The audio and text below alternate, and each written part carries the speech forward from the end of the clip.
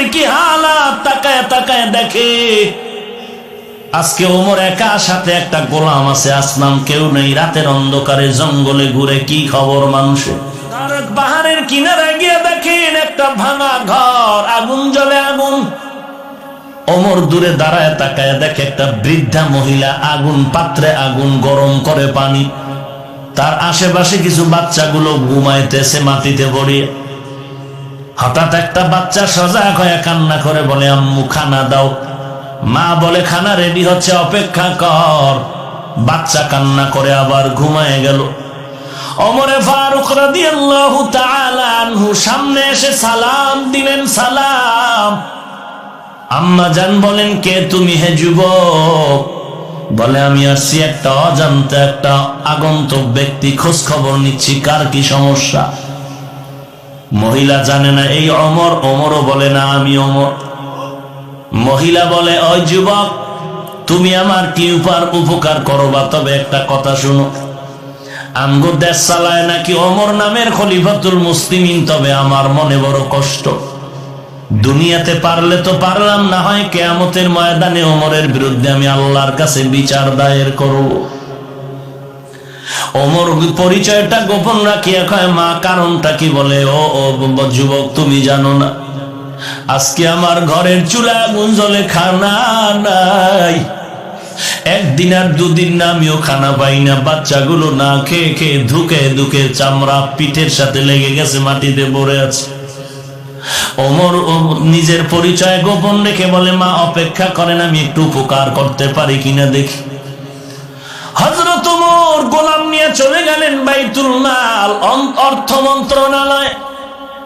ওমর নিজের হাতে একটা আটার বস্তা রেডি করে গোলাম রে কয়, রে ও গোলাম, এই রাতের মধ্যে আটার বস্তা মহিলার কাছে নিব, আমার মাথায় দে। আসলাম ডেকে বলেন, খলিফাতুল মুসলিমিন, আপনাকে দেখলে শয়তান পালায়া যায়। আপনি অর্ধজাহানের খলিফা, আটার বস্তা আপনি নিবেন না? না, আমি গোলামের মাথায় দেন। ওমর ডাক দিয়ে কয়, আসলাম, তুই কি চাও আমি আল্লাহর দরবারে আসামি হয়ে দাঁড়াবো? বলে, না না। কয়, তাহলে আমার দায়িত্ব পালন করার সুযোগ আমাকে দাও। গোলাম নিরুপায় হয়ে ওমরের মাথায় আটার বস্তা তুলে দিলেন। অর্ধজাহানের খলিফা হযরত ওমর আটার বস্তা নিয়ে মহিলার বাড়ি হাজির। সালাম দিয়া বলেন, আম্মা জান ভেতরে ঢুকেন। মহিলা ভেতরে চলে গেল। ওমর আটার বস্তা নামাইয়া নিজ হাতে রুটি বানানো শুরু করলেন। ওমর নিজ হাতে রুটি বানাইয়া এরপরে বলে, আম্মা জান আটাও রেখে গেলাম, রুটিও রেখে গেলাম, রুটি খান, বাচ্চাদের দেন, আবার শেষ হওয়ার আগে খবর নিব। ওমর যখন বিদায় নেয়, আল্লাহর বান্দি বলে, যুবক একটু দাঁড়াও, আমি আমার কলিজা ভরে তোমার জন্য একটু দোয়া করিয়ে দেই। আল্লাহর বান্দি হাত উঁচু করে বলেন, মালিক, আমার দেশে যদি এই যুবকের ক্ষমতায় দিতা, ওমরের দিতা না।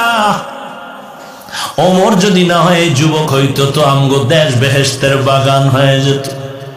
হযরত ওমর পরিচয়টা গোপন রেখে বিদায় নিয়ে চলে গেলেন।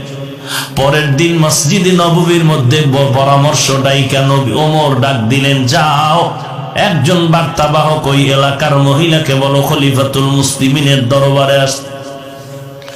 ওমর যখন লোকটাকে পাঠিয়ে দিল, লোক গিয়া যখন বলল, যাও খলিফাতুল মুসলিমিন ডেকেছেন। মহিলা বড় ভয়, গতকালকের ঘটনা বুঝি যুবক ওমরের কাছে বলিয়েই ফলাইছে, আমার আজ ফাঁসি হয়ে যাবে। মহিলা এমন কান্নার আওয়াজ, সন্তানদের থেকে এবার বিদায় নেয় আর বলে, মনের মতো মাকে দেখে নাও, আর জীবনে দেখা হবে না।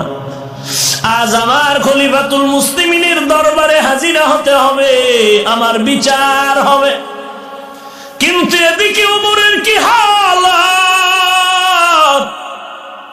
লম্বা একটা পাগড়ি হাতে নিয়ে ওমর দাঁড়িয়ে আছেন। উপস্থিত পরিষদের কেউ কিছু জানে না কি হালাত। মহিলা আস্তে আস্তে করে ওমরের দরবারে যখন আসিয়া তাকায়া দেখলো, আশ্চর্য, গতকাল রাতের সেই যুগ। আপনি এই পাগড়ির মাথাটা ধরেন, আর একটা মাথা দিয়ে ওমরের গলায় পেঁচাইয়া বলে, আমাকে রাস্তায় রাস্তায় টানেন আর আমি ওমরের বিচারটা করেন, এমন ভুল যেন আর জীবনে না হয়।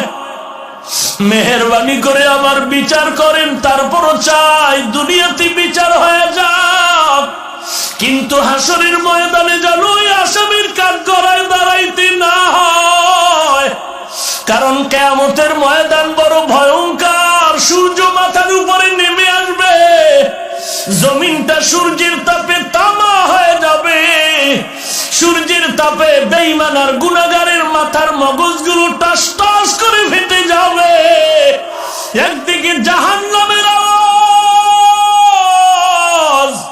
ওদিকে আমার আল্লাহ চিৎকার দিয়া বলবেন, নিমানিল মুলকুল ইয়াউম লিল্লাহিল ওয়াহিদিল কাহ্হার। সমস্ত নবীরা কান্নায় বেকারার হয়ে যাবে, ওই সময় আবার আপন কেউ থাকবে না। ওই কিয়ামতের ময়দানে আমি ওমর আসামির কাঠগড়ায় দাঁড়াইতে পারবো